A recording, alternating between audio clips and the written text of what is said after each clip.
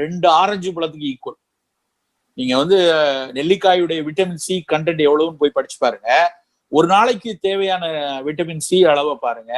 ஒரு நாளைக்கு தேவையான ஒட்டுமொத்த விட்டமின் சி அளவை ஒரே நெல்லிக்காயில நம்ம பெற முடியும். 2 ஆரஞ்சு பழம் சாப்பிட்றதுக்கு ஈக்குவல்.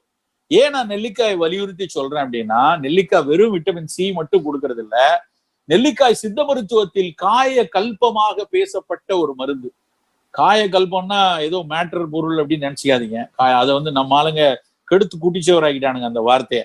ஏதோ காயகல்பம் அப்படின்னா அது வந்து ஒன்லி செக்ஸ் மருந்து அப்படின்னு. அப்படி கிடையாது. காயகல்பம் அப்படின்னா உடலை உறுதிப்பட வைத்திருக்கிற, நரை திரை மூப்பிலிருந்து பாதுகாக்கிற ஒரு பொருள் தான் நெல்லிக்காய். அந்த நெல்லிக்காய் வந்து இப்ப சீசன் வந்து மே, ஜூன், ஜூலை எல்லாம் கொத்து கொத்தாக கிடைக்கிறது. எல்லா இடத்துலயும் நெல்லிக்காய் விளைந்து கிடைக்கிறது. நாம தேடி தேடி வாங்கணும் இந்த நேரத்துல. ஏன்னா